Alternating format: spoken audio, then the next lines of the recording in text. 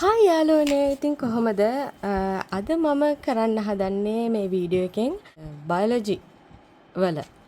Biology වල තියෙන first unit එක ජීව විද්‍යාව හඳුන්වා දීම කියන යුනිට් එකෙන් බර්ඩ්ස් අයි view chart එකක් අඳින්න තමයි හදන්නේ මුළු ඒ කියන්නේ මුළු පාඩමම ආවරණය වෙන්න. ඉතින් මේක ගොඩක් වෙලාවට මම දන්නේ 2028 කට්ටියට කොහොමද ඒගොල්ලන්ගේ සිලබස් එකේ තියෙන්නේ කියලා. හැබැයි 26 කට්ටියට නම් මේක අනිවාර්යෙන්ම මම මේ අඳින බර්ඩ්ස් අයි view chart එකේ තියෙන කරුණු ඒගොල්ලන්ගේ තියෙන සිලබස් එකට සමාන වෙනවා කියලා ෂුවර්. හැබැයි 28 කට්ටිය ඔයාලගේ සිලබස් එකට අනුව ඔයාලගේ සිලබස් එකේ තියෙන දේවල් ඒ කියන්නේ මොකද්ද සම්පත් පොතේ තියෙන විදිහට ඒ කරුණු වෙනස් කරලා ඔයගොල්ලෝ ඇඳගත්තට කමක් නැහැ. මේක බලලා අයිඩියා එකක් ගන්න කොහොමද අඳින්නේ කියලා.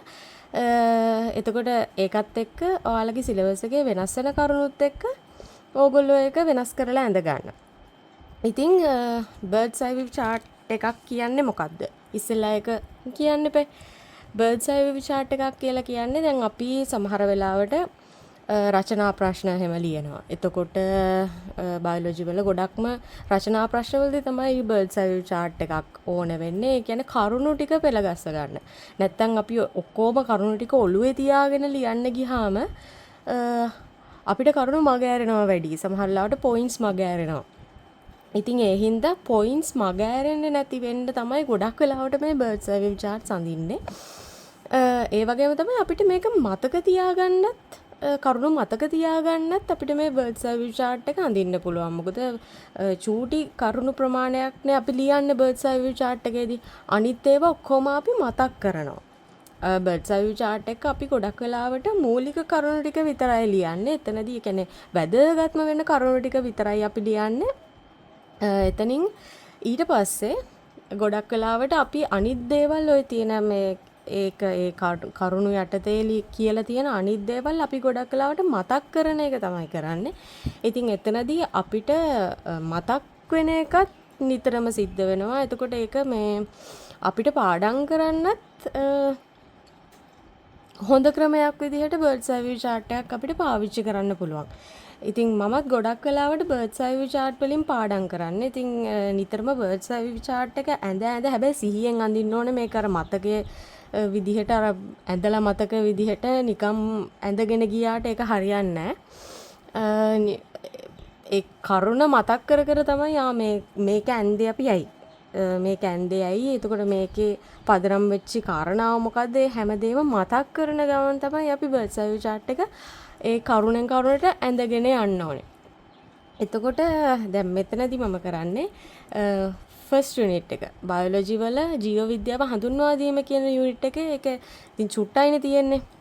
කරුණු කීපයයි තියෙන්නේ. ඉතින් එතනදී ඒ කරුණු එකතු කරලා බර්ඩ්ස් අයි view chart එකක් තමයි අද අඳින්නේ. ඉතින් එතනදී ඔයාලට උනත් මේක මේ ඒ පාඩම සම්පූර්ණයෙන්ම එක දවසින් උනත් පාඩම් කරලා ඉවරයක් කරගන්න ලේසි වෙනවා මේ බර්ඩ්ස් අයි view chart එක මේ විදිහට අඳින එකේදී.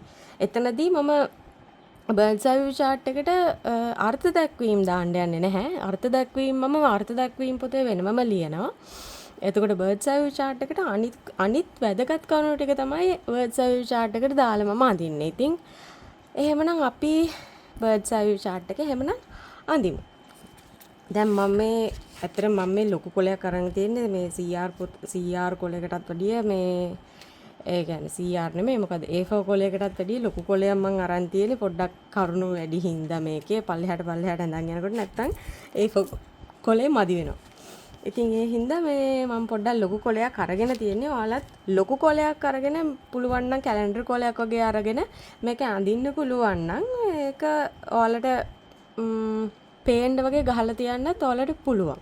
ඉතින් ඒ හින්දා මේ පොඩ්ඩක් ලොකු කොලයක් අරගෙන අඳින්න කියලා මම ඔයාලටත් කියනවා. ඉතින් අපි එහෙනම් අඳිමු බර්ඩ්ස් අයි view chart එක. ඉතින් මුලින්ම දැන් අපි ජීව විද්‍යාව හඳුන්වීම කියන මාතෘකාවේදී අපි ජීව විද්‍යාව කියන පාඩම ගැනනේ කතා කරන්නේ. එතකොට ජීව විද්‍යාව ජීව විද්‍යාව කියලා කියන්නේ අපි බයොලොජි වලටනේ. ජීව විද්‍යාව කියන්නේ බයොලොජි වලට. එතකොට ඔය බයොලොජි කියන වචනේ හැදිලා තියෙන ක්‍රම දෙකකටනේ. එකක් තමයි බයෝස් කියන වචනේ.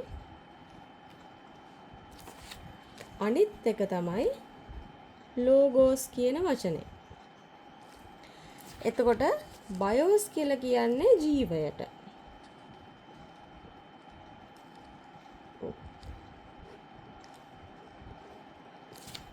එතකොට ලෝගෝස් කියලා කියන්නේ අධ්‍යයනය.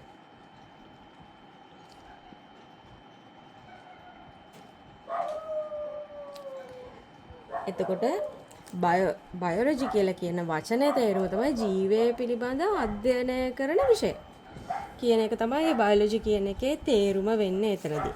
එතකොට අපි දැන් මේ බයොලොජි කියන එකේ අධ්‍යයනය පාර්ට් එකට ගත්තොත් බයොලොජි අධ්‍යයනය දැන් මේක ජීවය පිළිබඳ අධ්‍යයනය කරන විශේෂ ශාස්ත්‍රයනේ. එතකොට අධ්‍යයනය ගැන ගත්තොත් මේ ජීව විද්‍යාව කියලා කියන්නේ සෑහෙන පුළුල් විශේෂ ශාස්ත්‍රයක්නේ. සෑහෙන ලොකු කන්ටෙන්ට් එකක් තියෙන එකක්. ඉතින් ඒ හින්දා අධ්‍යයනයේ පහසුවට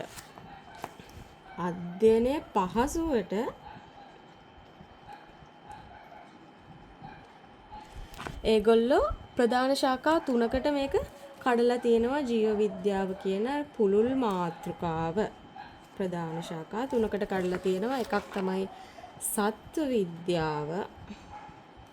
ඒ කියන්නේ සත්තු ගැන හදාරන එක. අනිත් එක උද්භිද විද්‍යාව. ඒක තමයි ශාක ගැන හදාරන්නේ උද්භිද විද්‍යාවේදී. අනිත් එක ක්ෂුද්‍ර ජීව විද්‍යාව. මම මේකේ විද්‍යාව ගාලා දාන්න යන්නේ මේ සත්ව උද්භිද ක්ෂුද්‍ර ජීව කියලා මුල් වචන ටික විතරක් ලියනවා. මේ එහෙම ලිව්වහම ඇති ඔයාලට අනිත් ඒවා මතක තියාගන්න පුළුවන් නේ. මේක බැලුවහම තේරෙනවනේ මොකද්ද මේ කියලා තියෙන්නේ කියලා.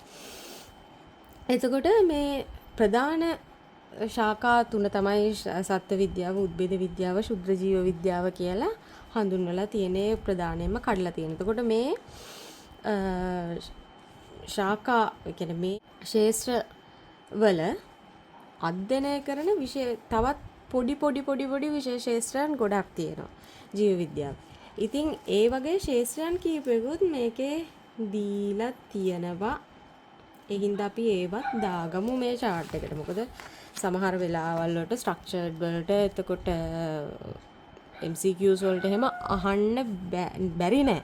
දීලා තියෙනවනේ. දීලා තියෙන හින්දා අහන්න බැරි කමක් නෑ. ඒකේ හින්දා ඒවත් කෝකටත් දාලා මතක තියාගෙන ඉන්න එක ඇඟට ගුණයි. ඒ හින්දා අපි ඒවත් මේකට දානවා. ඉතින් පළවෙනි එක තමයි මේගොල්ලෝ දීලා තියෙන සෛල විද්‍යාව. එතකොට අනිත් එක තමයි පටක විද්‍යාව. ඊට පස්සේ ව්‍යුහ විද්‍යාව අපි ඇනටොමි කියලා කියන්නේ. ව්‍යුහ විද්‍යාව, එතකොට කායික විද්‍යාව. ඒක තමයි ෆිසියොලොජි කියලා අපි කියන්නේ කායික විද්‍යාවට. ඊට පස්සේ බයෝකෙමිස්ට්‍රි. ඒ කියන්නේ ජෛව රසායන. බයෝකෙමිස්ට්‍රි කියලා කියන්නේ ජෛව රසායනය.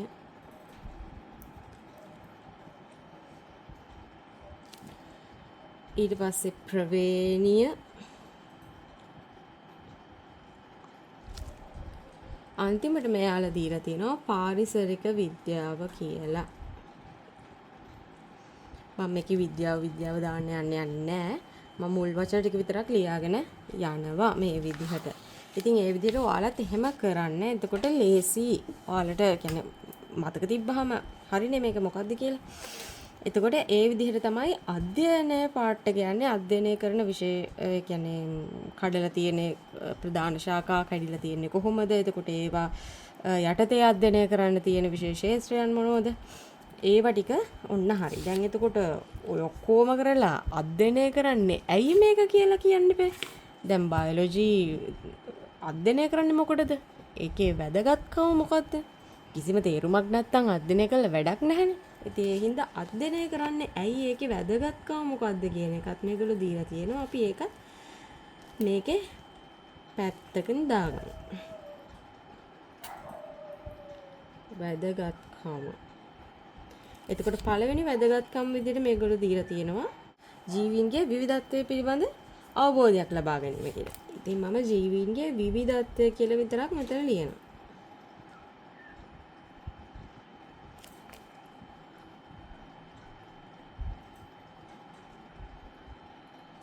හරි. දැන් ජීවීන්ගේ විවිධත්වය යටතේ ගත්තාම මේගොල්ලෝ සෑහෙන කරුණු ප්‍රමාණයක් කියලා තියෙනවා.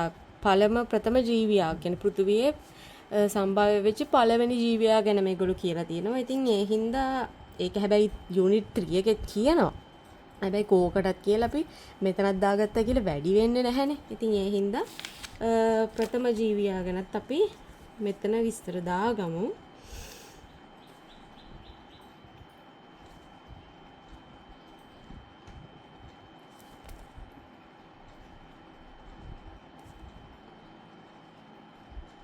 ප්‍රථම ජීවියා මේගොල්ලෝ කියලා තිනවා ප්‍රථම ජීවියා බිහි වුණේ වසර බිලියන 3.5කට කලින් කියලා. ඉතින් ඕක 3.5 billion years ago මේ විදිහට 3.5 BYA කියන්නේ බයියා 3.5 බයියා කියලා දාගන්න පුළුවන්. ඒක මේ දවස්වල තියෙන විදිහත් එක්කත් අපිට මතක තියාගන්නත් ලේසියිනේ. ඡන්ද ප්‍රතිඵල විදිහට ගත්තොත් ඉනුත් මේ වෙනකොට බයියොන්ගේ පාර්ශවයේ ටිකක් ඡන්ද ගාන 3.0 ගානකට වගේ 100% 3.0 ගානකට වගේ අඩු වෙලක් තියෙනවා. එතකොට ඒ හින්දා අපිට ඒක මතක තියාගන්නත් ලේසි. ඒ හින්දා 3.5 බයියා කියලා මතක තියාගත්තත් හරි. ඊට පස්සේ කියලා තියෙනවා ඒගොල්ලෝ මොන විදිහද කියලා තියෙනවනේ. එතකොට එයාලා නිර්වායුයි. එතකොට විෂමපෝෂී ප්‍රාග්ඥාශ්චිකයෝ කියලා තියෙනවා. එතකොට ඒවත් මේකට දාගන්න එක හොඳයි. මොකද පළවෙනි ෆස්ට් යුනිට් එකෙන් ස්ට්‍රක්චර්ඩ් එකක් එහෙම ආවොත් ගොඩක් දුරට මේ කරුණු ටික එන්න පුළුවන්. ප්‍රථම ජීවියාගේ ලක්ෂණ මොනවද වගේ දේවල් එන්න පුළුවන්. ඉතින් ඒ හින්දා ඔයාලා මේ ටිකත් දාගන්න. මේකට ඒකසෛලික කියන එකත් එන්න ඕනේ. හැබැයි ඒකසෛලික කියන එක මෙතනදී ඒක හයිලයිට් කරලා නැති හින්දා මම ඒක දැම්මේ නෑ. හැබැයි යුනිට් 3 එකේ නම් ඒක හයිලයිට් කරලා තියෙනවා ඒකසෛලික කියන එක. ඒ උනාට මෙතන හයිලයිට් වෙලා නැති හින්දා මම ඒක දැම්මේ නෑ.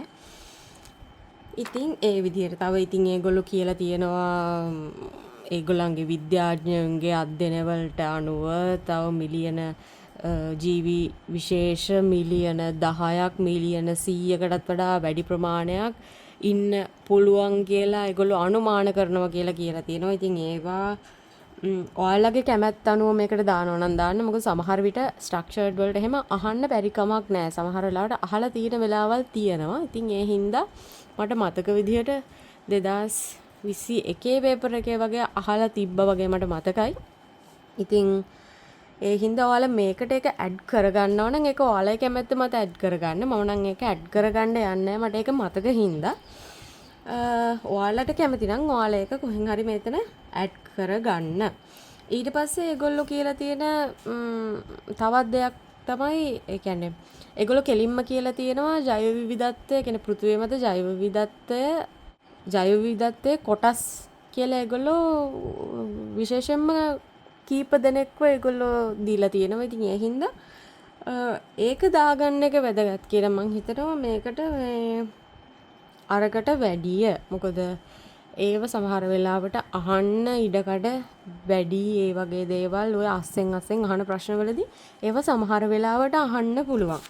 ඒ හින්දා පෘථිවිය මත ජෛව විවිධත්වයේ කොටස් කියලා මේගොල්ලෝ මේ කියන්නේ සමස්තයක් විදිහට මත් නෙමෙයිනේ දීලා තියෙන්නේ. ඒක කීපයක් කියලා මේ වගේ ඒවා මේ හැම එකක්ම මේ ඔක්කොම පෘථිවිය මත ජෛව විවිධත්වයේ කොටස් කියලා තියෙනවා. ඉතින්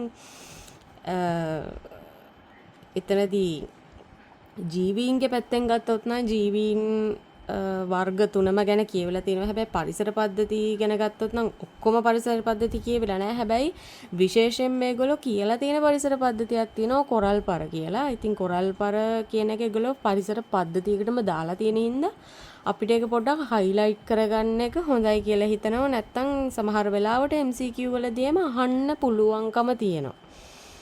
මේ පරිසර පද්ධතියක් වන්නේ හෝ පරිසර පද්ධතියක් නොවන්නේ වගේ ඒවලදී මේ ප්‍රශ්න දාලා ඔය කොරල් පර දාලා අහන්න පුළුවන් සමහර වෙලාවල් වලට.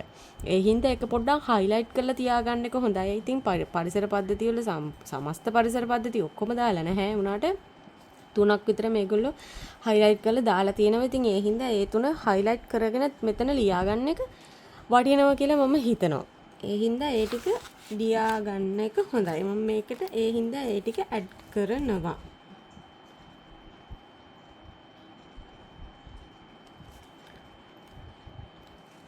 පෘථිවිය මත ජෛව විවිධත්ව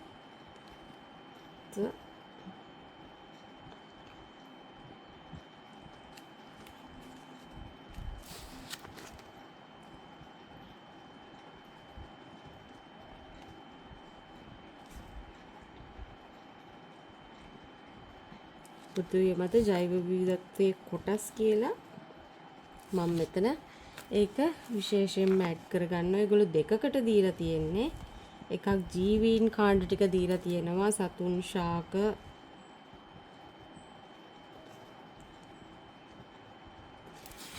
ශුද්‍ර ජීවීන් ගැන ඒගොල්ලෝ දීලා තියෙන්නේ ශුද්‍ර ජීවීන් විශේෂ සංඛ්‍යාව කියලා. ඉතින් ඒක ඒ හින්දා ස්පෙෂලි ඒක හයිලයිට් කරගන්න එක වටිනවා.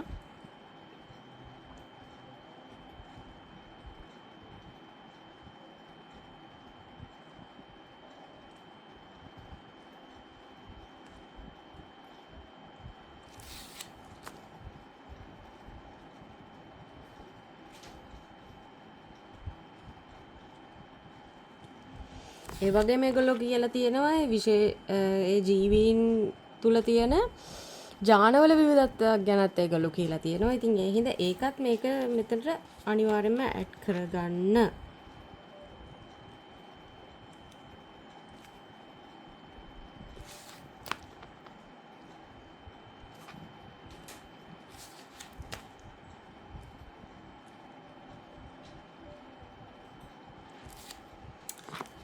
හරි ඔය විදිහට මම ඒක දාගත්තා. ඊට පස්සේ මම පරිසර පද්ධති කියලා මෙතන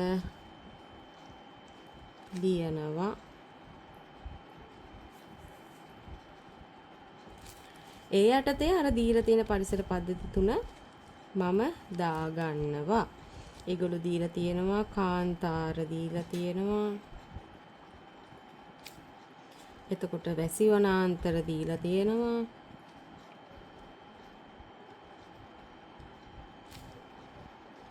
එතකොට කොරල් පර විශේෂයෙන්ම දීලා තියෙනවා. එතකොට මෙතනදී කොරල් පර කියන එක විශේෂයෙන්ම හයිලයිට් කරගන්න. මොකද ඕක අමතක වෙන්න පුළුවන් එහෙම නැති වුණොත්. නැත්තම් සමහර ලාවට මේ MCQ එකක් එහෙම ඇවිල්ලා කොරල් පර වගේ එකක් තිබුණොත් අපි උඩවිම බලන්න පුළුවන් සමහර වෙලාවට මේ මතක නැතුව. ඒ හින්දා කොරල් පර කියන එක මේගොල්ලෝ පරිසර පද්ධතියක් ගණයට දාලා තියෙන හින්දා ඒක ස්පෙෂලිම එතන හයිලයිට් කරගන්න.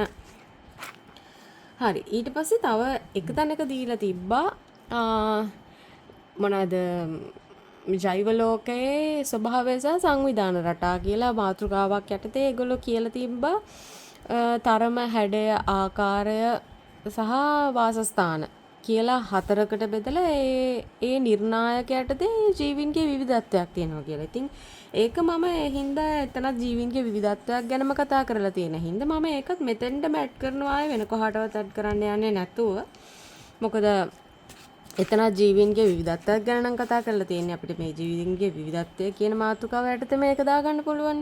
ඒ හින්දා හැබැයි අපි මතක තියාගන්න ඕනේ ඒක කොතනද තිබ්බ කියන එක වගේම ඒකට තිබ්බ උදාහරණ මොනවද කියලා. ඉතින් තරම යටතේ ඒගොල්ලෝ කියලා තිබ්බා බැක්ටීරියා ගැන කියලා තිබ්බා බැක්ටීරියා මයික්‍රෝමීටර් 0.55 අතර කියන එක ඒගොල්ලෝ කියලා තිබ්බා යෝධ රෙඩ්වුඩ් ගහ ඒ කියන්නේ මයික්‍රෝමීටර් 0.5 අතර බැක්ටීරියාවෝ සහ යෝධ රෙඩ්වුඩ් ගහ මීටර 100ක් විතර උස යන රෝධ රෙඩ්වුඩ් ගහ වගේ එහෙම උදාහරණ දෙකකින් ඒගොල්ලෝ පැහැදිලි කරලා තිබ්බා තරම වෙනස් වෙනවා කියන එක තරමේ විවිධත්වය.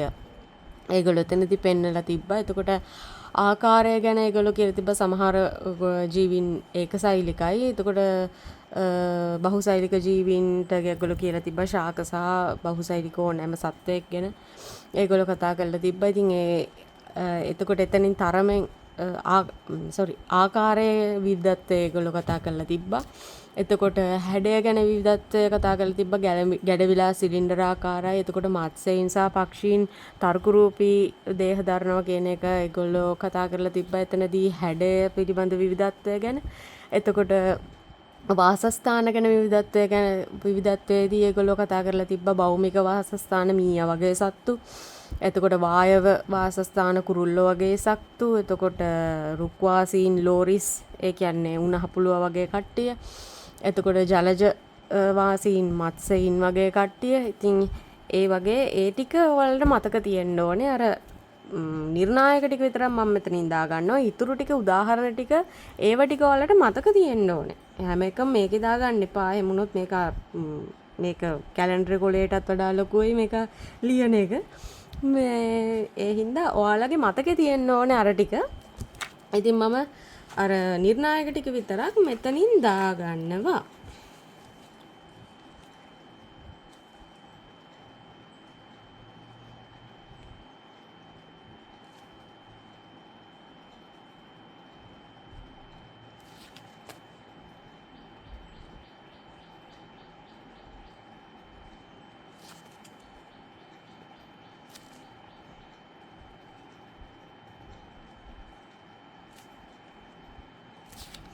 ජෛව ලෞකික ස්වභාවය සහ සංවිධාන රටා කියලා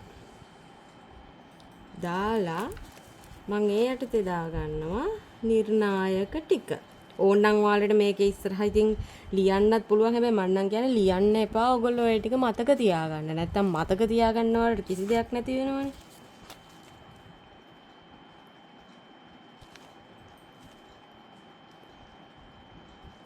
තරම හැඩය ආකාරය වාසස්ථාන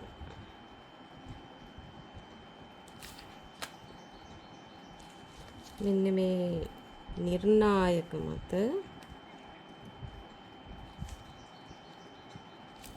විවිධත්වය.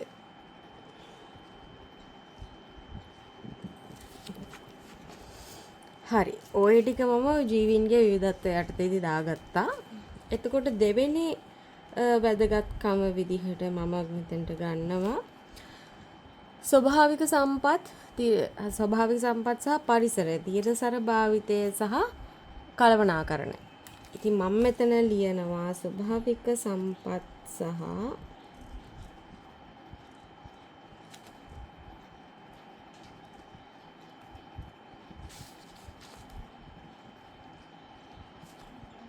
පරිසරය කියලා. ඉතුරු ටික මම ලියන්නේ නැහැ. ඉතුරු ටික මතක තියෙන්න ඕනේනේ. ස්වභාවික සම්පත් සහ පරිසරය කියන එක විතරක් මම ලියනවා. හැබැයි මෙතනදී ස්වභාවික සම්පත් ගැන නිර්වචනයක් ඒගොල්ලෝ දීලා තිබ්බා. හැබැයි මේ නිර්වචන අරම මම මෙතනදී ලියන්නේ නැහැ. මම කියව නිර්වචන ටික ලියන්න ඔයගොල්ලෝ නිර්වචන පොතක් තියාගන්න වෙනමම. එතනදී යුනිට් එකෙන් යුනිට් එකට වෙන් කරලා ඔයගොල්ලෝ නිර්වචන ටික ලියා ගන්න. එතනදී ඔයාලට ලේසි එක. ඔක්කොටම වැඩිය. ඒ හින්දා මම මෙතන ලියන්න යන්නේ නිර්වචන ටික.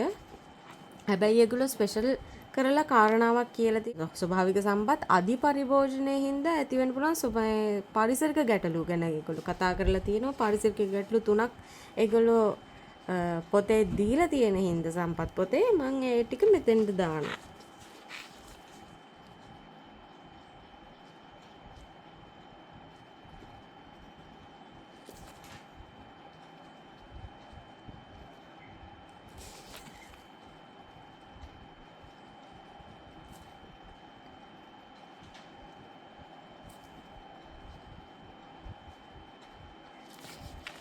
ස්වාභාවික සම්පත් අධිපරිභෝජනයෙන් පාරිසරික ගැටලු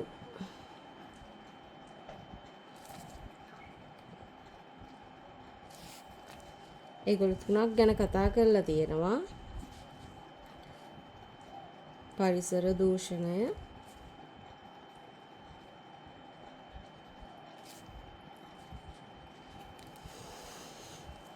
ජෛව විවිධත්ව හානිය,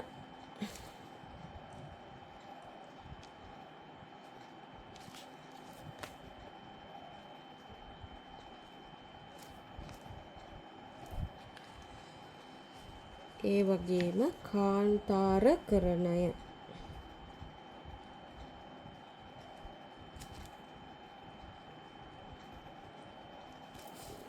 හරි. ඔය ටික මම මෙතෙන්ට දාගත්තා. ඒක තමයි දෙවෙනි වැදගත්කම. එතකොට තුන්වෙනි වැදගත්කම විදිහට කියන්න පුළුවන් තිරසර ආහාර නිෂ්පාදනය. එතකොට තිරසර ආහාර නිෂ්පාදනය කියන්නේ මොකක්ද කියන එක ඒගොල්ලෝ මේ නිර්වචනය දීලා තියෙනවා. හැබැයි නිර්වචනය මෙතෙන්ට දාන්න යන්න එපා. නිර්වචනය ඔයගොල්ලෝ නිර්වචන පොතේ ලියා ගන්න. මෙතන මම මේ වැදගත්කම විතරක් ලියනවා.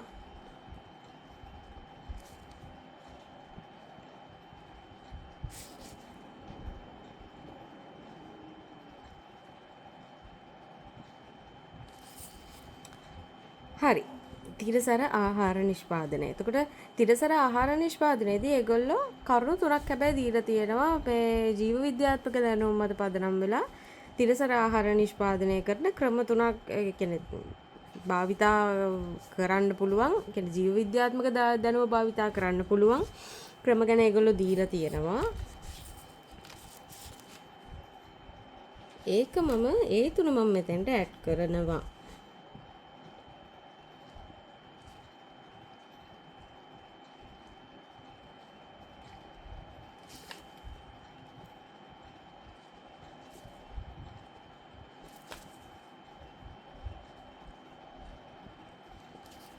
ජීව විද්‍යාත්මක දැනුම මත පදනම් වෙලා අපිට පුළුවන් මෙයාට දීලා තියෙන්නේ වැඩි ඵලදාවක් සහිත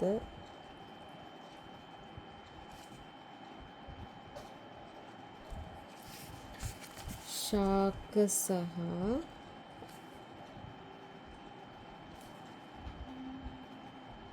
සත්ව ප්‍රභේද නිපදවීම.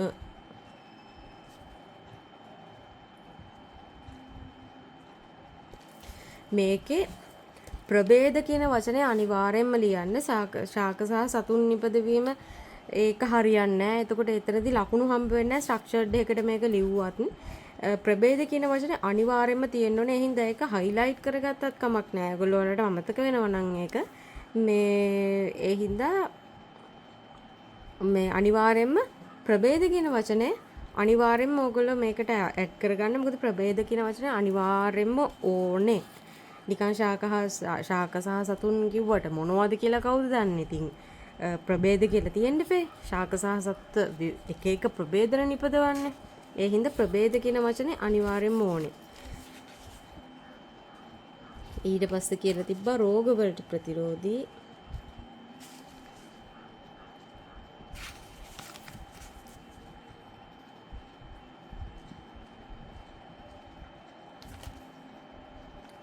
ශාක සහ සත්ත්ව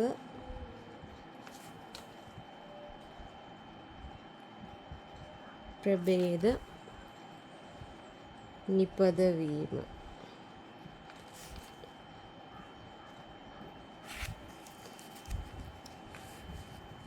ඊට පස්සේ කියනවා පසුවස්වනු තාක්ෂණය වැඩි දියුණු කිරීම. ඒ කියන්නේ පසුවස්වනු තාක්ෂණ ක්‍රම දියුණු කිරීම කියන එක.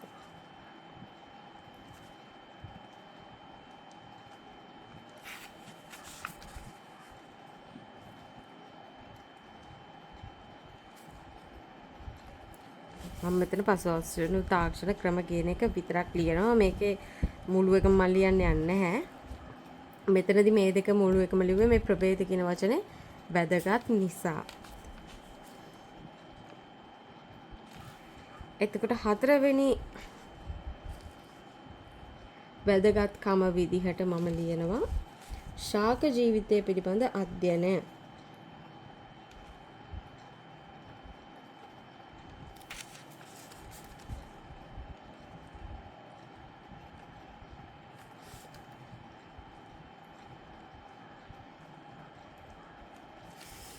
එතනදී මේගොල්ලෝ කියලා තියෙනවා ශාක ජීවිතය පිළිබඳ අධ්‍යයනය මේගොල්ලෝ අවබෝධය කියලා දීලා තියෙන්නේ. අධ්‍යයනය කියලා කිව්වත් ප්‍රශ්නයක් නෑ.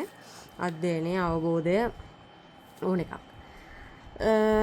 එතනදී මේගොල්ලෝ කියලා තියෙනවා ශාකයන් ලෝකේ ප්‍රාථමික නිෂ්පාදකයෝ කියලා තියෙනවා. ඒ වගේම සියලු සතුන් ඍජුව හෝ වක්‍රව ශාක මත යැපේ කියන ඒ දෙක දීලා තියෙනවා. හැබැයි ඒ දෙක වැදගත් නැත්te නැහැ. හැබැයි ඒ දෙක මම මෙතෙන්ට ඇඩ් කරන්නේ මේ වෙලාවේ. මම මේ දෙක MCQ points වලට ඇඩ් කරනවා. මොකද ඒක ගොඩක්ම වැදගත් වෙන්නේ MCQ points වලට. මොකද ඔය වාක්‍ය දීලා හරි වැරදි මාක් කරන්න දෙන්න පුළුවන්. නිවැරදි වාක්‍ය, වැරදි වාක්‍ය අරව මේවා කියලා ඒව දෙන්න පුළුවන් ඔය වාක්‍ය ටික. ඒ හින්දා ඒ වගේම මේ වාක්‍ය දෙක සෑහෙන MCQ ප්‍රමාණයක මට අහුවෙලක් තියෙනවා. ඒ හින්දා මම MCQ points වලට මම මේ වාක්‍ය දෙක දැම්මා. මම මේකට දාන්න යන්නේ නැහැ. ඒ වගේම තවත් එකක් ඒගොල්ලෝ කියලා තියෙනවා ශාක ජීව විද්‍යාව පිළිබඳ අවබෝධය කාර්යයන් දෙකක් කියලා ඒගොල්ලෝ දීලා තියෙනවා මේ වලට අත්‍යවශ්‍ය වේ කියලා. එතකොට මම ඒ කාර්යයන් දෙක මෙතනට දානවා. ඒගොල්ලෝ කියලා තියෙනවා ඉහළ පළදාවක් සහිත ශාක ඇති කිරීමටයි රෝගවලට ප්‍රතිරෝධී ශාක ඇති කිරීමටයි වගේ දේවල් වලට අත්‍යවශ්‍ය වෙනවා කියන ශාක ජීවිතය පිළිබඳ අවබෝධය. ඕක සමහර වෙලාවල් වලට සමහර විට මං හිතන්නේ මෙච්චර කාලෙක නම් අහලා නැහැ. හැබැයි සමහර විට අහන්න බැරිත් නෑ මේක දීලා තියෙන හින්දා. පොතේ දීලා තියෙන හින්දා අහන්න බැරි කමකුත් නැහැ. ඒ හින්දා මම මේ ඒ දෙක කෝකටත් කියලා මේකට ඇඩ් කරනවා. සමහර විට ස්ට්‍රක්චර්ඩ් වලට එහෙම අහන්න බැරි කමක් නැති හින්දා. ඒ හින්දා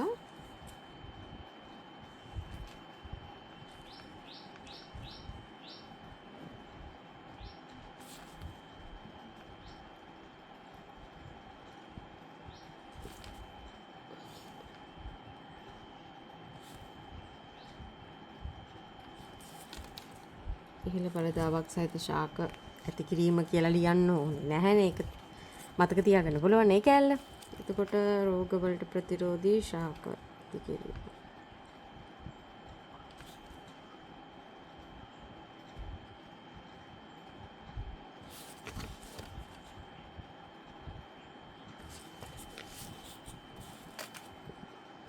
මේ දෙකට වැදගත් කියන එක ශාක ජීවිතය පිළිබඳ අවබෝධය ලබා ගැනීම, අධ්‍යයනය කිරීම මෙන්න මේ කරුණු දෙකට වැදගත් වෙනවා කියන එක දාගන්න අමතක කරන්න එපා. සමහර විට ඇහුවොත් අපි මේ උඩින් බලන් ඉඳ තියෙනවා ගොඩක් වෙලාවට ස්ට්‍රක්චර්ඩ් වල හැම. සමහර විට MCQ වල උනත් දෙන්න බැරි කමක් නැහැ. ඒ හින්දා කොකටත් මේ දෙක මෙතන ලියා ගන්න එක හොඳයි. එතකොට පස්වෙනි එක විදිහට මිනිස් සිරුර සහ ක්‍රියාකාරීත්වය පිළිබඳ අවබෝධය. අපි බයොලොජි කරන්නෙමත් ඒකටනේ. අපි මේ වෙන වෙන ඒවා ඉගෙන ගත්තට මේකේ එක මාතෘකා විදිහට අපි ඉතින් බයොලොජි කරන්න එන්නෙම ඒකටනේ. ඒ හින්දා මිනිස් සිරුර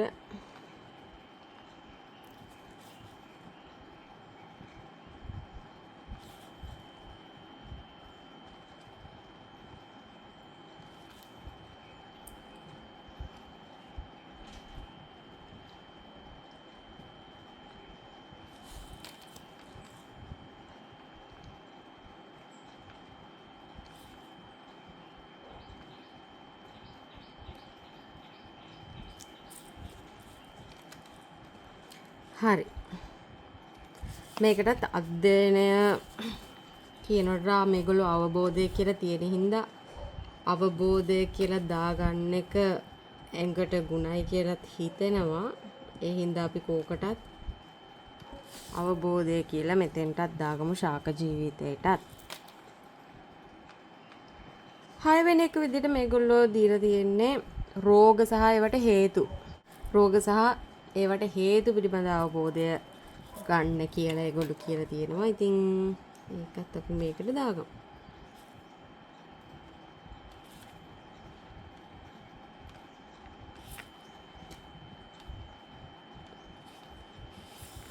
පිළිබඳ අවබෝධය අරව මේව ලියන්නේ නැහැ මං.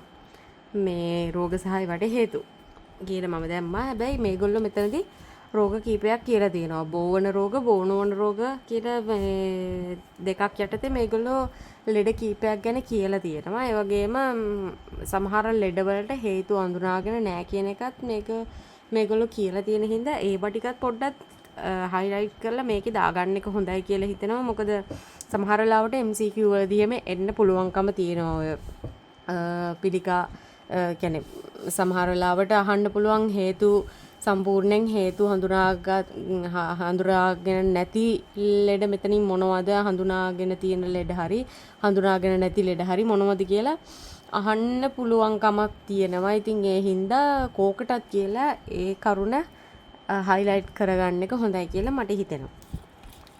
ඒ හින්දා මම මේක දෙකට කඩලා ලියනවා. බෝවන රෝග,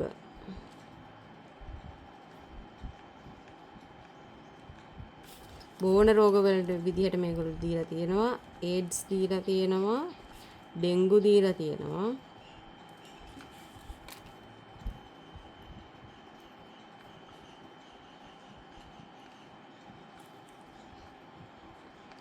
බෝ නොවන රෝග විදිහට මේගොල්ලෝ දීලා තියෙනවා.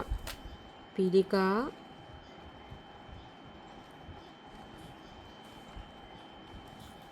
හෘදයාබාධ,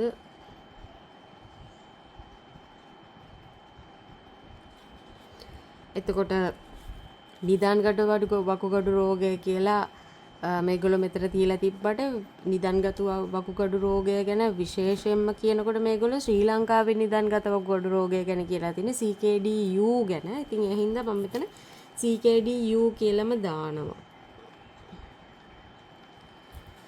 ඉතින් ඒකටත් හේතු අඳුරගෙන නැහැ. ඔය තුනම එකතු කරලා දාලා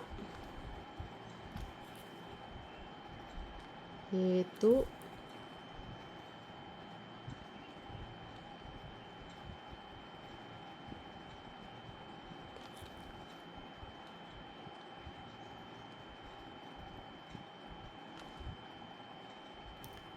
සම්පූර්ණයෙන් අඳුරාගෙන නැත කියලා දානවා. එතකොට තව එකක් දියවැඩියාව දීලා තිබ්බා මෙතන. ඒ හින්දා මම ඒකත් දානවා. ඒකට නම් හේතු අඳුරාගෙන නැහැ කියලා එකක් කියලා නැහැ. මේ තුනට විතරයි හේතු අඳුරාගෙන නැහැ කියලා තියෙන්නේ. පිළිකා වලටයි, හෘදයාබාධ වලටයි, CKDU වලටයි. ඒ හින්දා ඒ තුනට සංක්‍රම වරහනක් දාලා හේතු සම්පූර්ණයෙන් හඳුනාගෙන නැති කියලා ලිව්වා. දියවැඩියාව ඊට පල්හැන් ලිව්වා මම. ඔයාලත් ඒ විදිහට මේක හදාගන්න. ඔයාලට ගැළපෙන විදිහට මේක වෙනස් කරලා හදාගන්න ඔයාලට පුළුවන්. ඉතින් මම ඒ විදිහට මේ කරුණු ටික මෙතන දාගත්තා. එතකොට තව 7 වෙනි එක අන්තිම එක විදිහට ඒගොල්ලෝ කියලා තියෙනවා. නෛතික සහ සාර ධර්ම පිළිබඳ ගැටලු වලට විසඳුම් සැවීම කියලා.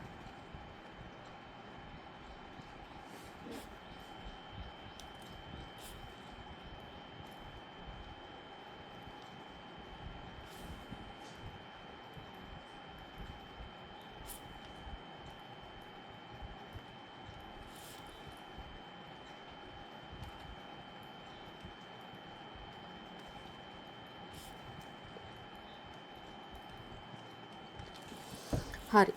ඒ යටතේ ඒගොල්ලෝ ගැටලු වර්ග 3ක් ගැන කියලා තියෙනවා. මේක කියන්නේ ජීව විද්‍යාව භාවිතා කරන්න පුළුවන් මොනවද කියන එක ගැන. ඉතින් ඒ තුන මෙතන දාගන්න එක හොඳයි. මොකද ඕක ස්ට්‍රක්චර් වලට අහන එකක්, සෑහෙන්න අහන එකක්. ඒ හින්දා ඒක දාගන්න එක හොඳයි. එකක් තමයි මාතෘත්වය, පීතෘත්වය පරීක්ෂා කරන එක.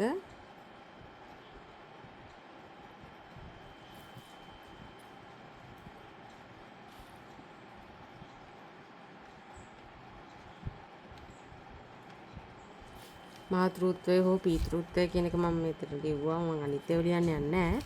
අනිත් එක අපරාධ පරීක්ෂණ වලදී අපි දන්නවා ඔය DNA තාක්ෂණ යොදා ගන්නවා කියන එක. ඉතින් එතනදී ඒක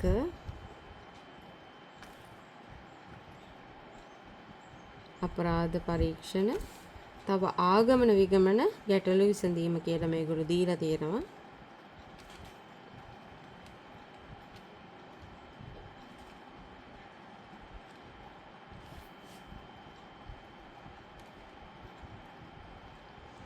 එතකොට ඒගොල්ලෝ විශේෂයෙන්ම දීලා තියෙනවා මේ සමහර දේවල් වලදී පාවිච්චි කරන තාක්ෂණය මොනවද කියලා.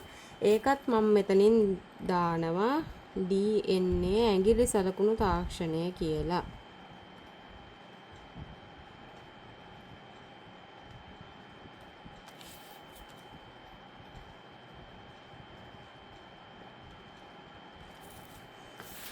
මොකද ඕක සමහර වෙලාවට අහන්න පුළුවන් DNA ඇඟිලි සලකුණු තාක්ෂණය මගින්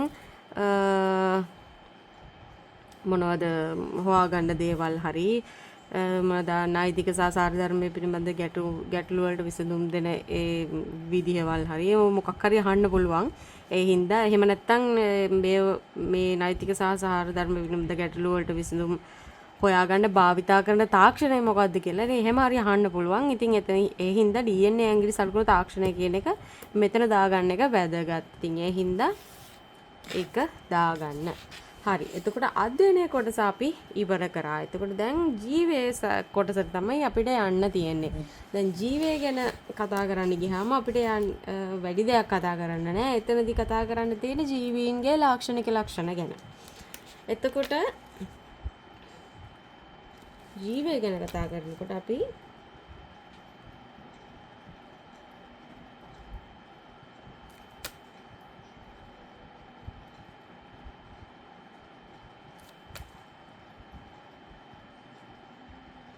ජීවීන්ගේ ලාක්ෂණික ලක්ෂණ මොනවද කියලා තමයි කතා කරන්නේ. ඉතින් ජීවීන්ගේ පළවෙනි ලාක්ෂණික ලක්ෂණය තමයි ක්‍රමවත් බව සහ සංවිධානය.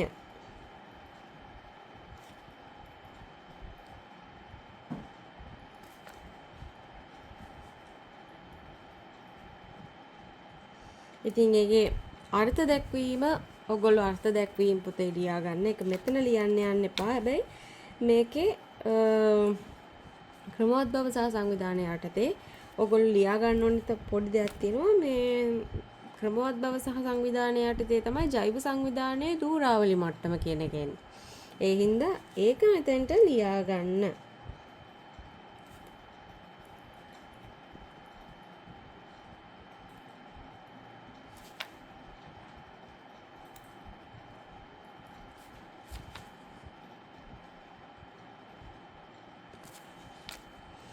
හරි. එතකොට දෙවෙනි එක තමයි පරිවෘත්තිය.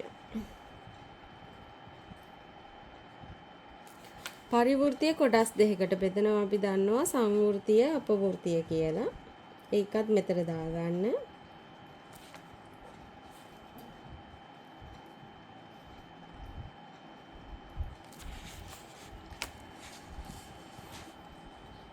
එතකොට තුන්වෙනි එක තමයි වර්ධනය සහ විකසනය.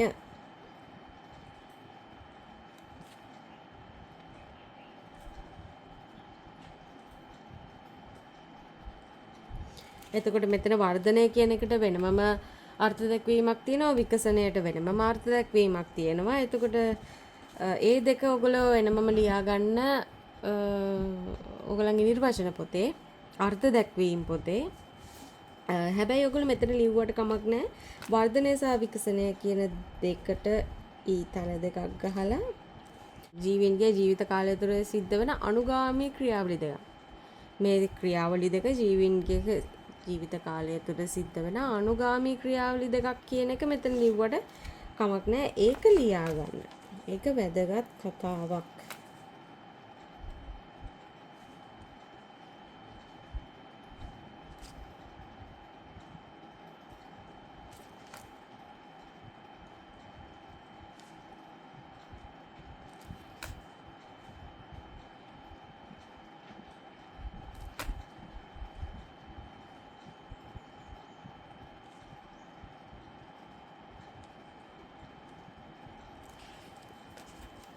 අනුගාමී ක්‍රියාවලි දෙකක් කියන එක ලියා ගන්න.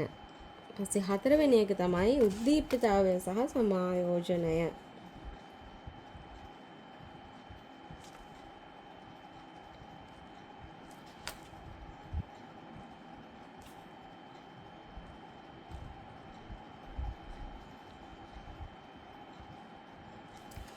ඉතින් එතනදී උද්දීපිතාවයට නිර්වචනය දීලා තියෙනවා මෙතන මේගොල්ලෝ බාහිර සහ අභ්‍යන්තර පරිසර වලින් මොනවාද බාහිර සහ අභ්‍යන්තර පරිසර වලින් පැමිණෙන උත්තේජ වලට ප්‍රතිචාර දැක්වීමේ හැකියාව කියලා.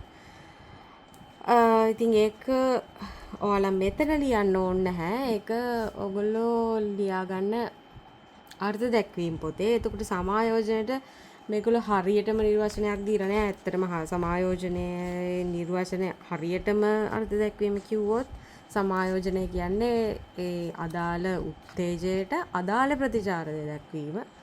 ඉතින් මොකද අපේ සර්වකට ගන්න උදාහරණය ඉතින් එක වෙලාවක ඔන්න මිනිස්සෙක් අඹ ගෙඩියක් දකිනවා. එතකොට තව වෙලාවක තව මිනිස්සෙක් කුලප්පු වෙච්ච හරකෙක් දකිනවා. ඉතින් ඔතනදී කුලප්පු වෙච්ච හරක දැක්කම කෙලපෙරිලා හරියන්නේ නැහනේ. හොඳට ඉදුණු අඹ ගෙඩියක් දැක්කම දුවලා හරියන්නේ නැහැ. එතකොට අඹ ගෙඩිය දැක්ක මනුස්සයාට තමයි කෙලපෙරෙන්න ඕනේ. මේ කුළු හරක දැක්ක මනුස්සයාට තමයි මේ දැක්ක මනුස්සයා තමයි දුවන්න ඕනේ. ඉතින් ওই දෙක මාරු වෙලා හරියන්නේ නැහැ. ඉතින් ඒ හින්දා උත්තේජයට හරියන ප්‍රතිචාරය දක්වන එක තමයි සමායෝජනය කියලා කියන්නේ. හැබැයි පොතේ ගැන ලොකුවට කියලා නැති හින්දා ඉතින් ලොකුවට එතන ඒගොල්ලෝ හරියටම දෙයක් කියලාත් නැහැ සමායෝජනය ගැන. ඉතින් ඒගොල්ලෝ කියලා තින්නේ උද්දීප්තතාවයේ සමායෝජනයේ ප්‍රතිඵලයක් විදිහට ජීවීන්ගේ චලන වෙනවා කියලා තියෙනවා. තව සතුන්ගේ ඒ ක්‍රියාවලිය පේශි ස්නායු අන්තරාසර්ග අස්ථි පද්ධති වල සමායෝජනයෙන් සිද්ධ වෙනවා කියන එක තමයි කියලා තියෙන්නේ. ඉතින් සමායෝජනයෙන් ගැන කියලා තියෙන්නේ ඒගොල්ලෝ ඒ විදිහට. ඉතින් ඒක ඉතින් මම හිතන්නේ මෙතනට ලොකුවට වැදගත් නැහැ. ඉතින් ඒතර තියෙන කරුණු එකක්වත් ඒ හින්දා ලොකුවට ඒ ටික හැබැයි මතක තියාගන්න ඕගොල්ලෝ. ඔළුවේ තියාගන්න. හැබැයි මෙතෙන්ට වැදගත් ඒ කියලා මම හිතන්නේ නැහැ. මොකද හරි සමායෝජනයේ ඇත්තටම හරි මාර්ග දක්වීම මෙතන නැහැ. ඒ හින්දා එහෙම ඒ ටික ලියාගන්න ඕනේ නැහැ. ඒතර තියෙන මුකුත් ඒකේ උද්දීපිතාවය ගැන කියලා තියෙන මේ කියන්නේ අර්ථ දැක්වීම ඔයාලා අර්ථ දැක්වීම පොතේ ලියන්න. එතකොට පස්වෙනි ලාක්ෂණික ලක්ෂණය විදිහට මේගොල්ලෝ අරගෙන තියෙන අනුවර්තනය.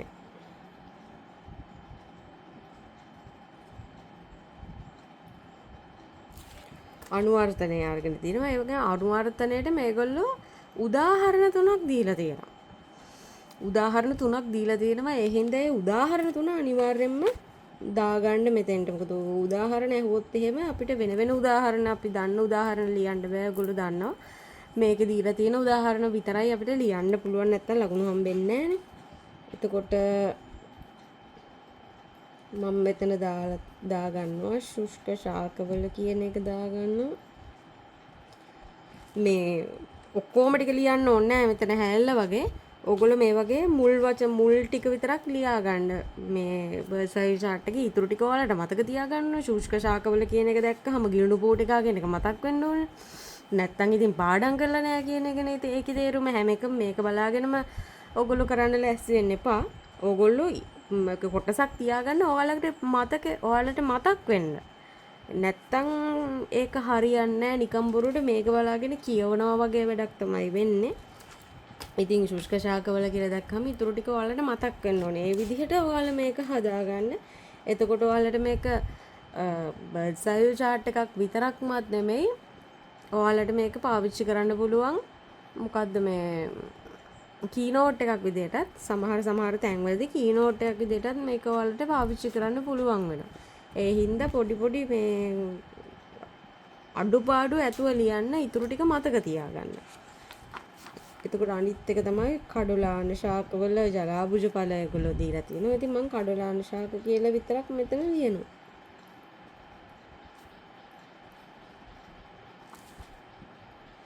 අනිත් එක ඔටුවාගේ පුලුළු විහිදුණු පාද කියලා ලියන්නේ ඒගොල්ලෝ දීලා තියෙනවා. ඉතින් ඔටුවාගේ කියලා ලිව්වම ඇතිනේ.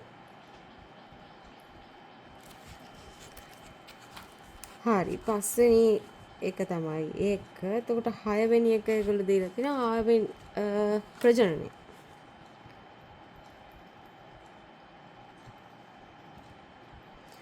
ප්‍රජනනය. ඉතින් ප්‍රජනනයත් ලොකුවට කියන්න දෙයක් නැති හින්දා ඉතින් අර්ථ දැක්වීම විතරයි ඒගොල්ලෝ දීලා තියෙන්නේ. අර්ථ දැක්වීම මම මෙතන ලියන්න යන්නේ. ඊපස්සේ 7 වෙනි එක අන්තිම ලාක්ෂණික ලක්ෂණය විදිහට ආවේනික සහ පරිණාමය දීලා තියෙනවා.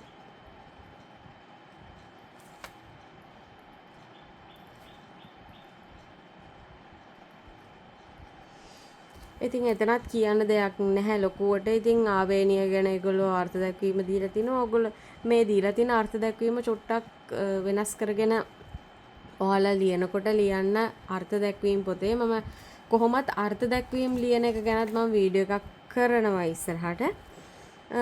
ඒ හින්දා ඔයාලා අර්ථ දැක්වීම ලියනකොට ඒ අර්ථ දැක්වීම මොකද වාක්‍ය දෙකකට කඩලා තියෙන හින්දා ඒ අර්ථ දැක්වීම ඔයගොල්ලෝ එක වාක්‍යයක් විදිහට හදා ගන්න ලියනකොට එතකොට පරිණාමය ගැනත් ඒගොල්ලෝ අර්ථ දැක්වීමක් දීලා තියෙන්නේ. ඉතින් ඒ අර්ථ දැක්වීම දෙක ඔයාලා අර්ථ දැක්වීම පොතේ ලියා ගන්න. ඉතින් මෙතන වෙන දෙයක් ලියන්න නැහැ. එතකොට හැබැයි ඒගොල්ලෝ මෙහෙම දෙයක් කියලා තියෙනවා. අජීවී ද්‍රව්‍ය බහුතරයේ ඉහත ලක්ෂණ එකක් හෝ කීපයක් පෙන්වුවත් ජීවීන් සතු ලාක්ෂණික ලක්ෂණ ඔක්කොම පෙන්වන්නේ ඔක්කොම ජීවන චක්‍රයේ ඒ කියන්නේ එක විට හෝ ජීවන චක්‍රයේ මොනම හෝ අවධියක පෙන්වන්නේ ජීවීන් විතරයි කියන එක ඒගොල්ලෝ කියලා තිනවා. ඒක මෙතන හයිලයිට් කරලා ලියා ගන්න වෙනම පෑනකින් වෙන පාට පෑනකින් ඔයගොල්ලෝ හයිලයිට් කරලා ලියා ගන්න. ඒක වැදගත්.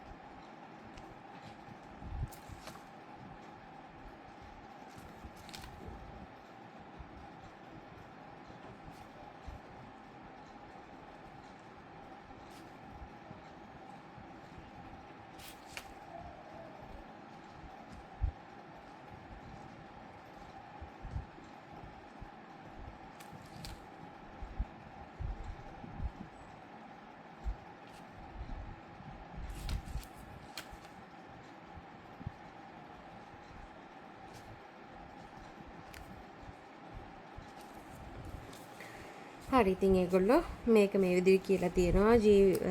බහුතරයක් අජීවී ද්‍රව්‍ය මේ ලක්ෂණ වලින් එකක් හෝ කීපයක් පෙන්නුවත් ජීවීන් සතු ලාක්ෂණික ලක්ෂණ. කියන්නේ ලක්ෂණම විතරකුත් නෙමෙයි අජීවී ද්‍රව්‍ය පෙන්වන්නේ ගොඩක් වෙලාවට ලාක්ෂණික ලක්ෂණයම නෙමෙයි.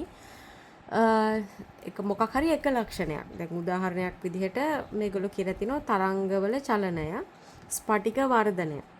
දැන් චලනය කියලා කියන්නේ උද්දීප්තතාවය සහ සමායෝජනය හින්දා ඇතිවෙන වෙනත් දෙයක්නේ.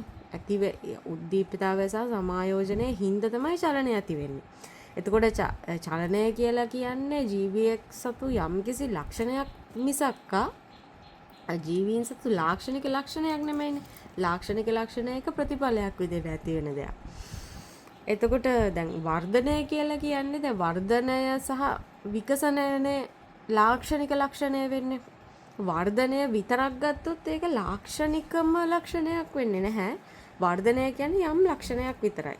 යම් ලක්ෂණයක් ඒකට ජීවියෙක් සතු ලාක්ෂණික ලක්ෂණයක් විදිහට කියන්නේ ලාක්ෂණික ලක්ෂණයක එක කොටසක් විදිහට වර්ධනයේදී නිර්වචනයක් තියෙනවා.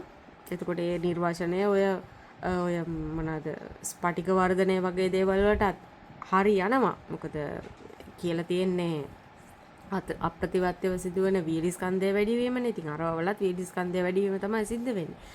හැබැයි වර්ධනය විතරක් ගත්තොත් ඒක ලාක්ෂණික ලක්ෂණයක් වෙන්නේ නැහැ. වර්ධනය සහ විකසනය කියන දෙකම තමයි ලාක්ෂණික ලක්ෂණයක් ලාක්ෂණික ලක්ෂණය වෙන්නේ. එතකොට වර්ධනය දැන් ස්පටිකවල සිද්ධ වෙන්නේ වර්ධනය විතරනේ, විකසනයක් ඒකේ වෙන්නේ නැහැනේ.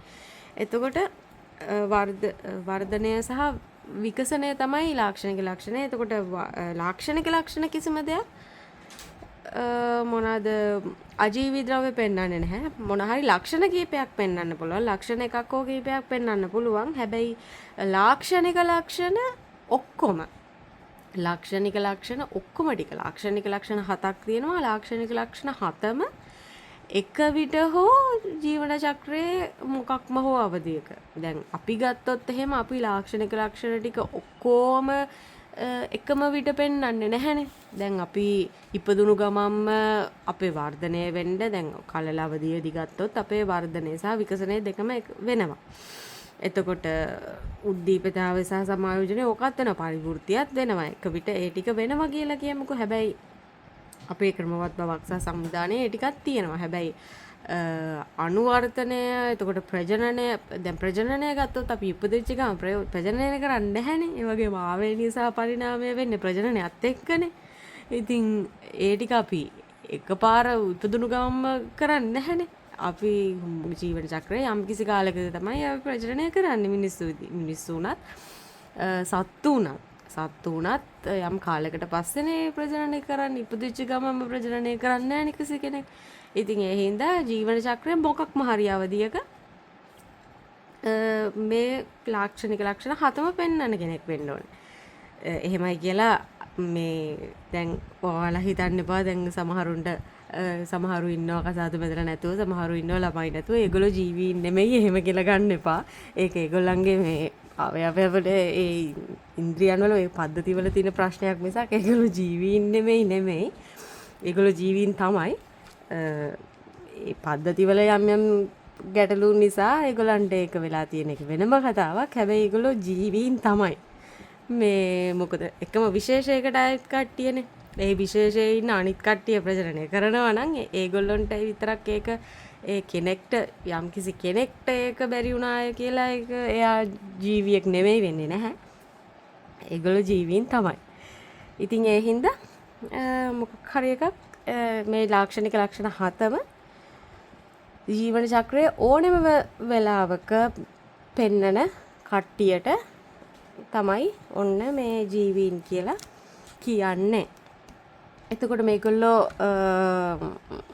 දැන් ඔය අජීවී ද්‍රව්‍යවල සිද්ධ කියන්නේ අජීවී ද්‍රව්‍ය ජීවීන්ගේ ලක්ෂණ පෙන්වන අවස්ථාවලට උදාහරණ දෙකක් දීලා තියෙනවා. ස්පටික වර්ධනය සහ චරංග චලනය. පුළුවන් නම් ඔයාලා ඒක මතක තියාගන්න. මම නම් මේක මෙතනට ඇඩ් කරන්න යන්නේ නැහැ. ඔයාලට කැමති නම් ඒක ඇඩ් කරන්නත් පුළුවන්. නැත්තම් ඇඩ් නොකර ඉන්නත් පුළුවන්. මම නම් ඒක මෙතෙන්ට ඇඩ් කරන්න යන්නේ මට ඒක මතක හින්දා. ඉතින් ඒක තමයි මෙතන තියෙන්නේ. එතකොට තව අපිට ලියන්න බැරි වෙච්ච තව දෙයක් තියෙනවා. ජෛව සංවිධානයේ ධූරාවලි මට්ටම අපි මෙතන ලිව්වා වුණාට අපි මේකට ඇඩ් කරේ නැහැනේ.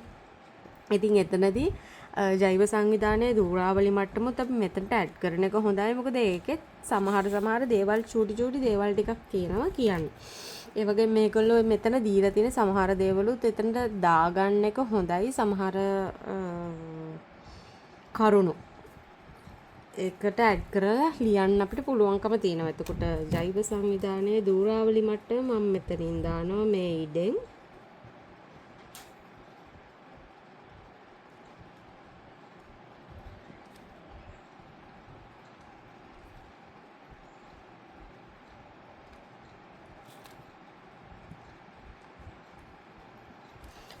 ඉතින් මේක පටන් ගන්න අණු වලින් වෙන මේ පරමාණු අරම මේවා ඒව නෙමෙයි. මේක කෙලින්ම ජෛව සංවිධානයේ ධුරාවලි මට්ටම පටන් ගන්න අණු වලින්. අණු ඊට පස්සේ ඉන්ද්‍රයිකා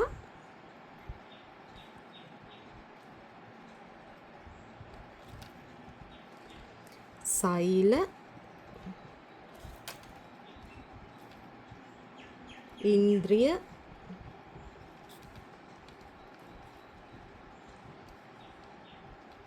ඉන්ද්‍රිය පද්ධති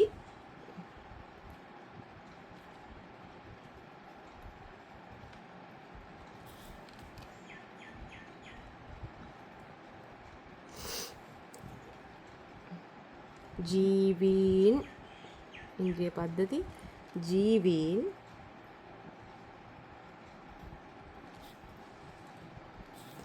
ගහන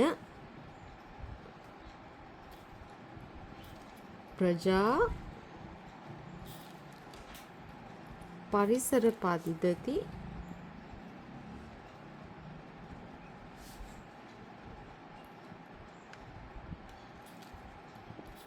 ජෛව ගෝලය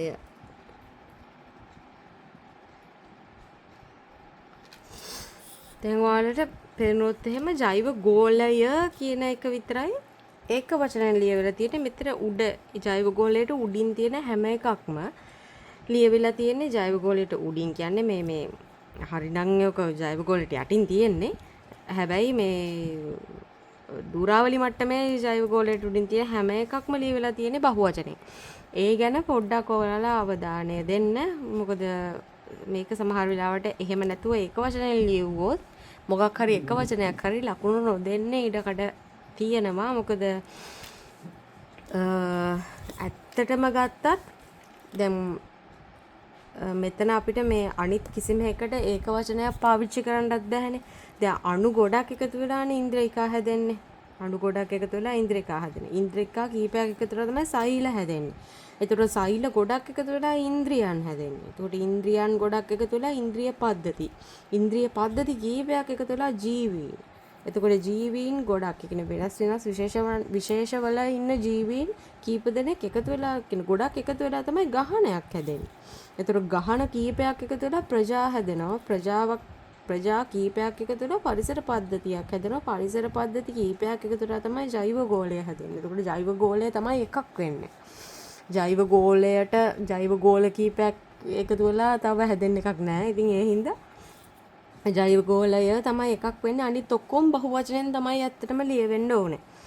ඊට පස්සේ මේගොල්ලෝ තව සෛලය ගැන කතා කරලා තියෙනවා විශේෂයෙන්ම.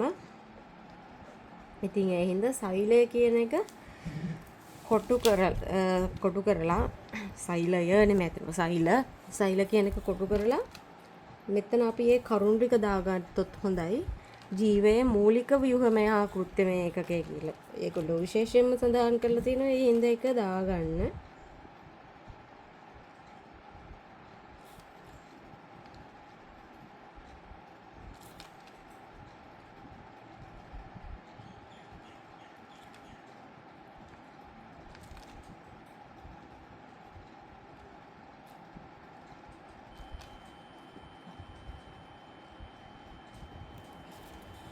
එතකොට තවත් මේගොල්ලෝ කියලා තියෙනවා සෛල හැදෙන්නේ වෙනස් වර්ගවල කාබනික අණු. වෙනස් කාබනික අණු වලින් සැකසුණු ඉන්ද්‍රියිකා කීපයකින් තමයි සෛලය සමන්විත වෙනවා කියලා ඒගොල්ලෝ කියලා තියෙනවා. ඒ හින්දා ඒකත් කෝකටත් දාගන්න මේ ඒක මතක තියාගන්න එක මේකට ඇඩ් කරගන්න වටින කතාවක්. ඒ හින්දා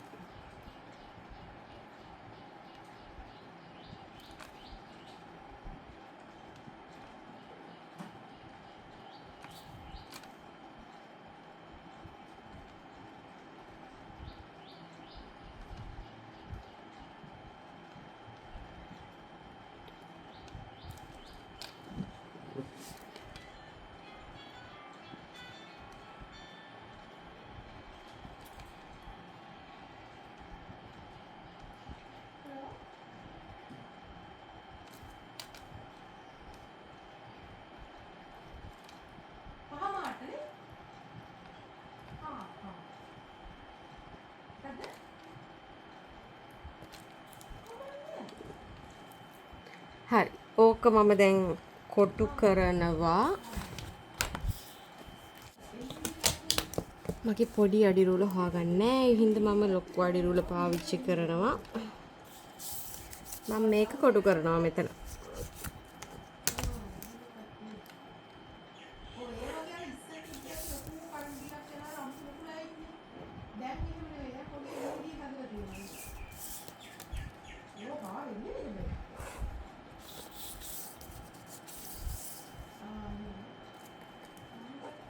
මේක කොටු කරලා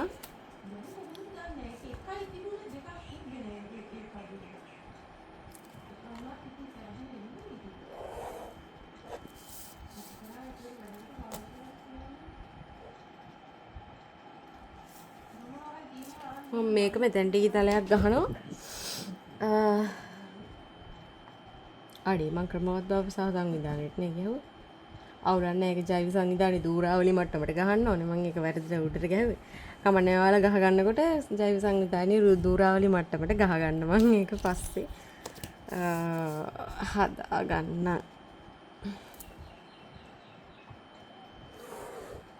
එතකොට මේ ටිකත් මම ඉරක් ගහලා එකට යා කරනවා.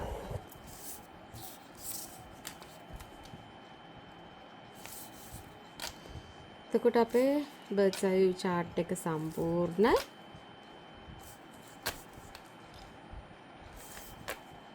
ඉතින් ඔයාලත් මේ වගේ ඔයාලට ගැලපෙන විදිහට දැන් මම මේක මට ගැලපෙන විදිහට තමයි මම මේ කරුණු ටික එකතු කරගත්තේ. ඉතින් ඔයාලට ගැලපෙන විදිහට ඔයාලා මේ කරුණු එකතු කරගෙන ඔයාලා බර්ඩ්ස් අයි view chart එකක් ගහගන්න. මේ බර්ඩ්ස් අයි view chart එක ගහලා ඉවර වෙලා ඔයාලා හොඳට බර්ඩ්ස් අයි view chart එකත් එක්කම පාඩම් කරන්න.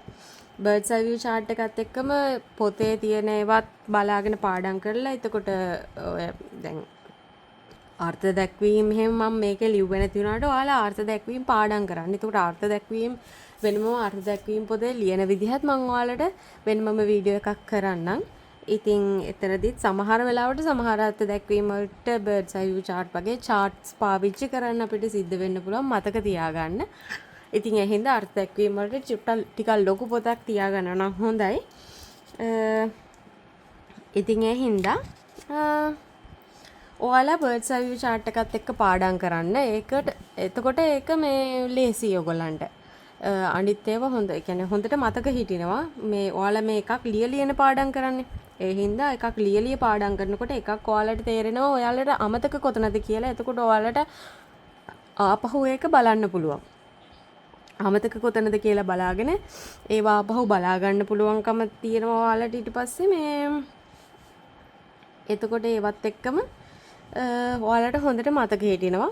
අනිත් පැත්තෙන් ඊට පස්සේ ඔයාලා පාඩම් කරලා ඉවර වෙලා බර්ඩ්ස් අයි view chart එක ඔයගොල්ලෝ දැන් මේක මේන් බර්ඩ්ස් අයි view chart එක වෙනම ගහලා තියන්න ඔයාලට හොඳට පේන තැනක. ඊට පස්සේ ඔයාලා නිතර බර්ඩ්ස් අයි view chart එක මේක අඳින්න. මේක මතකෙන් අඳින්න. මතකෙන් ඇඳලා ඉවර වෙලා ප්‍රධාන බර්ඩ්ස් අයි view chart එක මෙන්න මේ ප්‍රධාන බර්ඩ්ස් අයි view chart එකත් එක්ක සංසන්දනය කරලා බලන්න ඔයාලට කොහෙද අමතක කියලා. ඔයාලට අමතක තැන් ටික ඊට පස්සේ මතක් කරගෙන හොඳට මේ ආපහු සැරයක් ඕගොල්ලෝ බර්ඩ්ස් අයි view chart එක මේ කියන්නේ ඔයාලා ඇඳපු බර්ඩ්ස් අයි view chart එකේ ඒකව රතු පාටින් මාක් කරගන්න. රතු පාටින් මාක් කරලා ඉවර වෙලා ඔයාලා ආපහු හොඳට පාඩම් කරලා ඉවර වෙලා ආපහු බර්ඩ්ස් අයි view chart එක අඳින්න. බර්ඩ්ස් අයි view chart එක එහෙම අමතක වෙච්ච තැන්වලදී අමතක වෙලා තියෙනවා නම් ඔයාලට බර්ඩ්ස් අයි view chart එක 10 පාරක්වත් අඳින්න. එතකොට ඔයාලට මතක හිටිනවා. ඊට පස්සේ තව දවස් 3ක් විතර ගිහිල්ලා ආපහු මතකේ පරණ වෙන්න දීලා ආපහු අඳින්න බර්ඩ්ස් අයි view chart එක. ඊට පස්සේ ඇඳලා බලන්න කොහේ හරි වැරදි තියෙනවද අමතක වෙච්ච තැන් තියෙනවද එහෙම කියලා. දැන් ඔයාලා මේ බර්ඩ්ස් අයි view chart එක අඳිනකොට අනිත් පැත්තෙන් ඔයාලට මතක් වෙන්න ඕනේ දැන් මේ ජීවීන්ගේ විවිධත්වය කිව්වහම මේකේ යටතේ තියෙන කරුණු ටික ඔයාලට මතක් වෙන්න ඕනේ. දැන් මේකේ ප්‍රධානම කරුණු ටික විතරනේ මෙතන දාලා තියෙන්නේ. හැබැයි තව කරුණු ඒගොල්ලෝ එතන කියලා තියෙනවනේ. තව කරුණක් තිබ්බ ජීවීන්ගේ විවිධත්වය යටතේ මට මතකයි. ඒගොල්ලෝ කියලා තිබ්බා මොකද්ද ජීවී සහ අජීවී ලෝක අතර මේ ගතික සම්බන්ධතාවයක් තියෙනවා කියන එක කියලා තිබ්බා. ඒ වගේම ජෛව ගෝලයේ පැවැත්මට සියලු ජීවීන්ට පරිසරය ඇතුලේ නිශ්චිත කාර්යභාරයක් තියෙනවා කියන එක. එහෙම කියලා තිබ්බා. ඉතින් ඒ ටික මම මේකට දැම්මේ නෑ. හැබැයි මම ඒ ටික මගේ MCQ මේ පොයින්ට්ස් පොතට ඇඩ් කරගෙන තියෙන්නේ. එතකොට ඒවා ඒ වගේ දේවල් මතකද බලන්න ඕනේ ඔයගොල්ලෝ. එතකොට ඒවා මතක නැත්තම් ආපහු පාඩම් කරන්න ඕනේ. ඉතින් බර්ඩ්ස් අයි view chart එකේ විතරක් ඇඳපු කරුණු ටික මතක තිබිලා හරියන්නේ නෑ. ඒ වගේ අභ්‍යන්තරයේ තිබ්බ දේවල් ටිකත් ඒවා යටතේ කියලා තිබ්බ කරුණු ටිකත් ඔයාලට මතක් වෙන්න ඕනේ. ඒ කරුණු මතක නැත්තම් ඔයාලා සිහියෙන් අඳින්න මේක. ඒ කරුණු මතක් කර කර අඳින්න.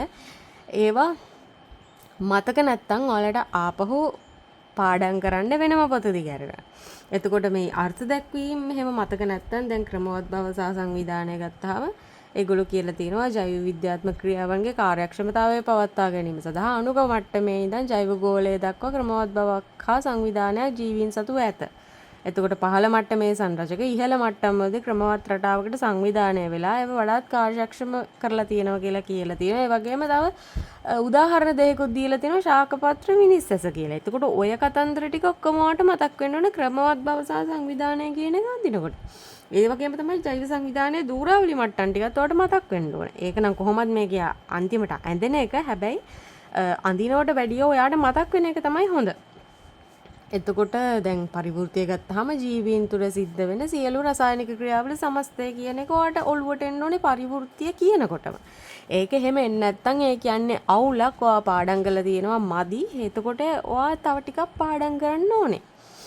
ඒ විදිහට ඔයා දිගටම මේ ඒ වැඩේ කරගෙන යන්න. එතකොට ඔයාට මේ යුනිට් 1 එක හොඳටම පුළුවන් වෙලා වතුර වගේ පුළුවන් වෙයි.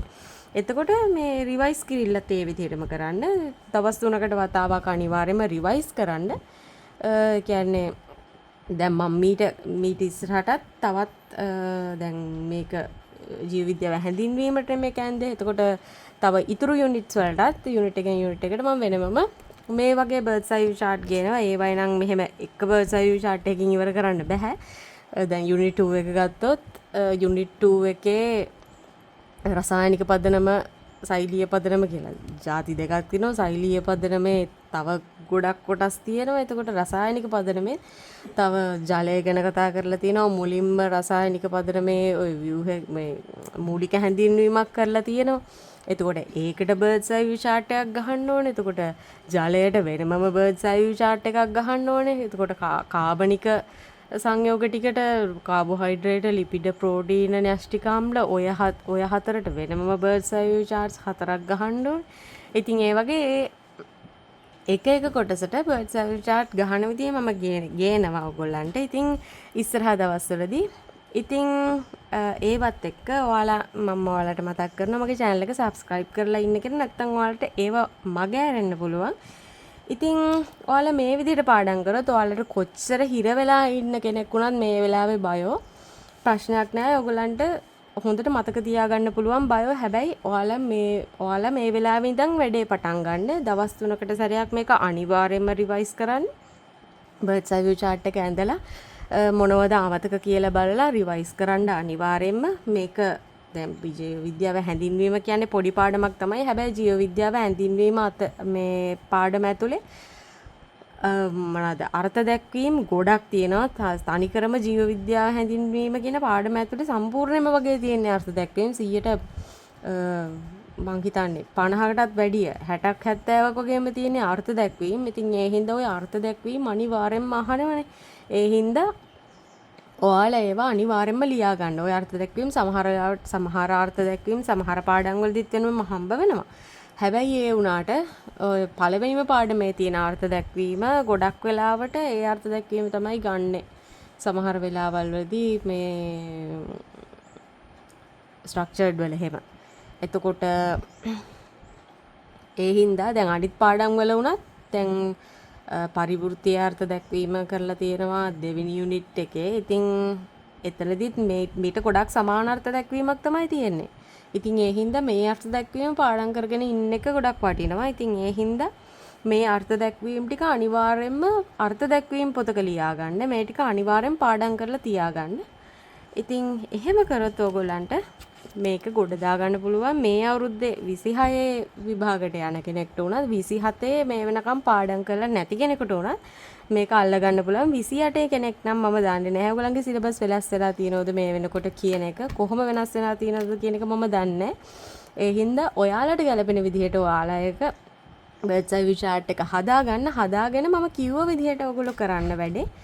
එතකොට ඔයාලටත් ප්‍රශ්නයක් නැතුව ඉස්සරහට මේ වැඩ ගොඩ ගහ ගන්න නැතුව ගලාගෙන යාමක් නැතුව වැඩ කරගන්න පුළුවන් වෙනවා. ඉතින් ඒ හින්දා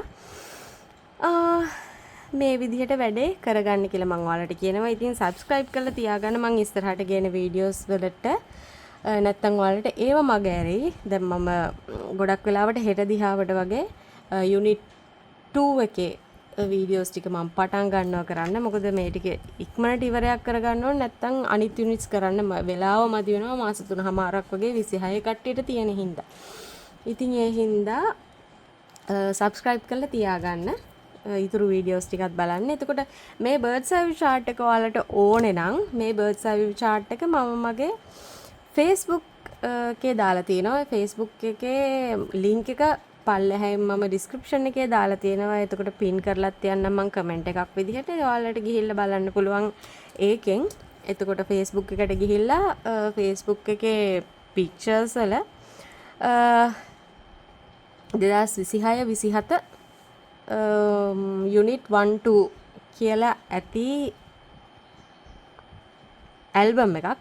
අන්න ඒ ඇල්බම් එකේ මෙන්න මේ බර්ඩ්ස් අයි view chart එක තියෙනවා. ඉතින් ඒ හින්දා මේ ඔයාලට එහෙම ගිහිල්ලා මේ බර්ඩ්ස් අයි view chart එක අරගන්න පුළුවන්. මේ බලාගෙන අඳින්න ඕන කෙනෙක් ඉන්නවා නම් ඉතින් ඔයාලා හැබැයි තනියම අඳින එක තමයි හොඳම වැඩේ. හැබැයි ඔයාලට මේක බලාගෙන අඳින්න ඕන කෙනෙක් ඉන්නවා නම් ඔන්න ඒකට ගිහිල්ලා මම ඒක දාලා තියෙනවා. මම මේක දාලා තියෙනවා ඒකේ. ඔයාලට ගිහිල්ලා ඒක බලන්න පුළුවන් එතනින්. හරි එහෙනම් තවත් දවසකින් කියන්නේ තවත් දවසකින් නෙමෙයි අපි හෙට හම්බ වෙමු unit 2 එකේ වීඩියෝ එකත් එක්ක. unit 2 එකේ හෙට කරන්න ඉන්නේ unit 2 එකේ මූලිකම හැඳින්වීම. ඒ කියන්නේ රසායනික පදනමේ හැඳින්වීමක් කරලා තියෙනවනේ ඒගොල්ලෝ. ඉතින් හැඳින්වීම වැදගත් වෙනවා. හැඳින්වීම වැදගත් හින්දා මම මේක හැඳින්වීමත් හෙට වෙනමම වීඩියෝ එකක් විදිහට කරනවා. එතකොට හෙට ගොඩක් වෙලාවට මේ වීඩියෝ එක උදේ වැටෙයි. ගොඩක් වෙලාවට හවස් වෙද්දී ජලයේ වීඩියෝ එක වැටෙන්න පුළුවන්. ඉතින් ඒ හින්දා subscribe කරලා තියාගන්න කියන එක මම ඔයාලට කියනවා. හරි එහෙනම් අදට මම ගිහිල්ලා එන්නම්. එහෙමනම් හෙට දවසේ අපි හම්බ වෙමු. මහන්සි වෙලා වැඩ කරන්න, මහන්සි වෙලා පාඩම් කරන්න, ඔයාලගේ ඉලක්ක වලට goals වලට යන්න මහන්සි වෙලා වැඩ කරන්න. එහෙමනම්